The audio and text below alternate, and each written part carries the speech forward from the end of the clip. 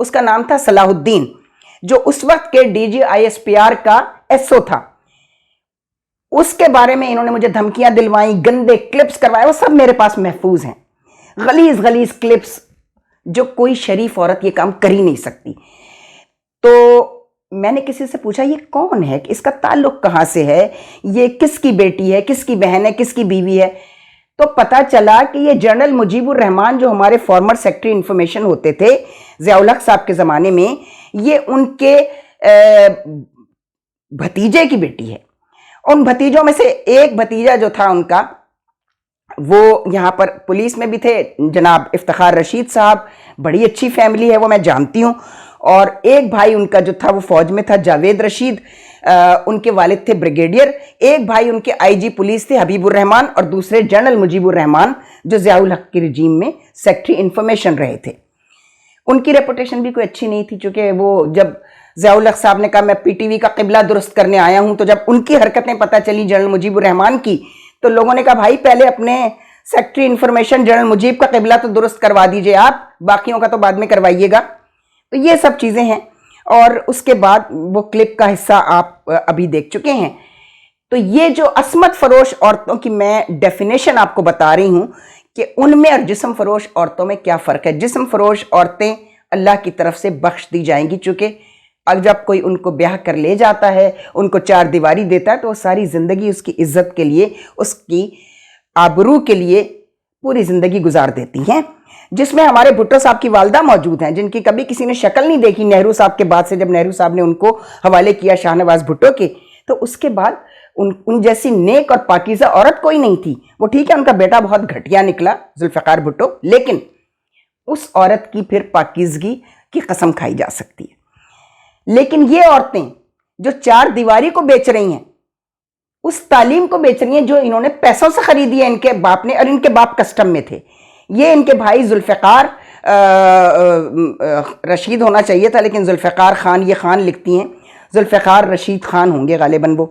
یہ ان کی بیٹی ہیں، لیکن وہ کسٹم میں تھے. پتہ چلا، بہت تحقیق میں نے کی، تو پھر ہمارے ایک ڈی ایم جی گروپ کے ایک قاضی آفاق صاحب مرحوم اللہ، انہوں نے کہا میں ابھی پتہ کر کے دیتا ہوں. تو انہوں نے کہا کہ اصل یہ تو بڑی جو ہے وہ ڈسپیوٹڈ مسئلہ ہے ان خاتون کا. ایک واگا بارڈر کا اسمگلر تھا ملک ذوالفقار خان، وہ اور اس کا باپ کسٹم میں جو تھا ذوالفقار رشید خان، وہ دونوں ایک ہی ریڈ لائٹ ایریا کی عورت کے پاس جایا کرتے تھے. آپ کو یہ بتانا بہت ضروری سمجھتی ہوں، سب کو معلوم ہوگا، کسٹم، کلیئرنگ ایجنٹ اور اسمگلر، یہ تین، یہ تکون ہے. ان کے بغیر کسٹم آفیشل، کسٹم کا افسر، اسمگلرز اینڈ کلیئرنگ ایجنٹس، یہ تینوں ایک تکون ہیں. یہ مل کر سارا حرام خاری، جو جتنی آپ کو حرام کاریاں نظر آئیں گی یہ ریونیو کلیکشن ایجنسیز میں، اس میں یہ کسٹم گروپ کا یہ کام ہے. تو وہ دونوں، وہ واگا بارڈر کا اسمگلر بھی اور اس کا باپ بھی، وہ دونوں ایک ہی عورت کے پاس جاتے تھے. یہ پیدا ہو گئی، اس کے سر لگا دیا اس نے. وہ اسمگلر اس کو پالتا رہا پہلے تو 4-6 مہینے، پھر اس کی بیوی نے کہا اس کو چھوڑ کے آؤ اس کے پاس. تو پتہ چلا کہ وہ جو اس کے اب ابا کہلاتے ہیں کسٹم سروس والے، وہ اس کے باپ نہیں ہیں. تو یہ ہے اصل ناجائز اولاد، وہ ہوتی ہے جو ناجائز حرکتیں کرتی ہے، ورنہ دنیا کا کوئی بچہ ناجائز نہیں ہوتا. دنیا کا ہر بچہ معصوم اور فطرت پر، قانون فطرت پر پیدا ہوتا ہے. تو پتہ چلا کہ وہ جو بریگیڈیئر صلاح الدین صاحب ہیں، پتہ نہیں بھی ریٹائر ہو گئے، مر گئے کہ زندہ ہیں، یہ ان کی، انہوں نے کلیم کیا ہوا تھا کہ وہ میرے ماموں ہیں. ان کا پروڈیوسر بھی ہر جگہ یہ مشہور کرتا پھرتا تھا، چمچے تو رکھے ہوتے ہیں نا ان عورتوں نے، کہ جی وہ آئی ایس پی آر میں اس لیے جاتی ہوں، اور آئی ایس آئی کے لوگ جو ہیں وہ میرے بہت کلوز اس لیے ہیں کہ میرے ماموں وہاں پر ایس او ہیں، اسٹاف آفیسر ہیں D G I S P R Babar Iftikhar Sahab کے، جو آج کل ہمارے کور کمانڈر صاحب ہیں. یہ کہانی تھی اس عورت کی. تو اس طرح کی سینکڑوں کہانیاں ہیں عصمت فروش عورتوں کی. کہانیاں نہیں، حقیقتیں ہیں جن کو کہانیاں بنا کر ڈرامے پیش کیے جاتے ہیں. تو بتانے کا مقصد یہ تھا کہ ایج، یہ جس عورت کو بھی، چاہے وہ شو بزنس میں ہو، کوئی بھی ہو، کوئی گھریلو عورت ہو، یہ عمر کا کمپلیکس نکالیے اپنے اندر سے.